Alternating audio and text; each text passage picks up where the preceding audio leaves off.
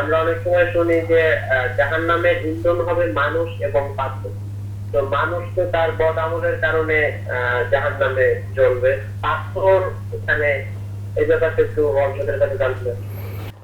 এ সম্পর্কে কোরআনের যে আয়াতের কথা শুনে থাকি না, এটা কোরআনের একটি আয়াত, ওয়াত্তাকুন নারাল্লাতী ওয়াকুদুহান নাসু ওয়াল হিজারা, যে তোমরা ওই আগুনকে ভয় করো যে আগুনের লাকড়ি বা ইন্ধন বা খড়ি, যেটাকে আমরা জ্বালানি হবে মানুষ এবং পাথর।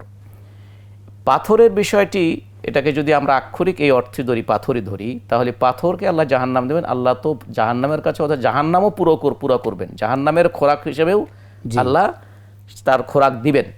তো সেই হিসেবে সেটাও, পাথরটাও একটা তার জ্বালানি হিসেবে আল্লাহ সেখানে দেবেন। আর সবচেয়ে বড় হচ্ছে তারপরেও জাহান্নামের চাহিদা থাকবে। মানুষ যারা জাহান্নামে যাবার তারা জাহান্নামে যাবে, এরপরে পাথর সেখানে যাওয়া সেটা থাকবে, এরপরেও কিন্তু জাহান্নামের চাহিদা থাকবে, যেটা সূরা কাফের মধ্যে আল্লাহ বলেছেন যে ওয়াকুল হাল মিম মাজিদ, সে বলতে থাকবে যে আরও কি চাই, আরও কি আছে, আরও চাই। এবং এই আয়াতকে সামনে রেখে বুখারীতে, মুসলিমে যে হাদিসও রয়েছে যে রাসূলুল্লাহ সাল্লাল্লাহু আলাইহি সাল্লাম বলেছেন যে এরকম সে বলতে থাকবে, তার চাহিদা প্রকাশ করতেই থাকবে, কিন্তু শেষ পর্যন্ত আল্লাহ সুবহানাহু ওয়া তাআলা তার পা জাহান্নামের মধ্যে দেবেন।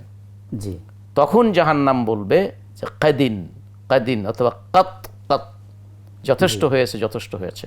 তাহলে জাহান্নামকে পরিপূর্ণ, জাহান্নামের চাহিদা পূরণ করার জন্য মানুষ যেমন ইন্ধন হবে, পাথরও হবে, কিন্তু তাতে পরেও তার চাহিদা শেষ হবে না। তখন আল্লাহ সুবহানাহু ওয়া তাআলা তার পা দেবেন, তখন জাহান্নাম তার উদরপূর্তি হয়েছে অথবা তার আর প্রয়োজন নেই, যথেষ্ট হয়েছে। ওস্তাদ, এখানে যে এটা সহিহুল বুখারীতে স্পষ্ট পাথরের বিষয়টা অনেকে বলেন যে পাথর এখন যে ঝর্ণা বহায়, পাথর থেকে যে পানি আসে, অনেকে বলতে এর কোনো ভিত্তি আছে কিনা যে পাথর এই কারণে তাকে জাহান্নামে ফেলা হবে, এই কারণে তারা কান্না করছে বা তাদের থেকে পানি বের হয়ে আসছে, এই মর্মে কোনো সহি বর্ণনা বা কোনো ইসরায়েলের রেওয়ায়েত বা কোনো ইসরায়েলের কোনো থাকতে পারে, কিন্তু আমার কোনো এই সম্পর্কে কোনো সহি বর্ণনা যেটা রাসূল সাল্লাল্লাহু আলাইহি ওয়াসাল্লাম থেকে যাস নেই যে পাথর ওই জাহান্নামে থাকবে বলে সে এখন, কারণ আল্লাহ ঝর্ণার মতো করে পানি পাথর থেকে, এটা আল্লাহর অসংখ্য নিদর্শনের মধ্যে একটি নিদর্শন।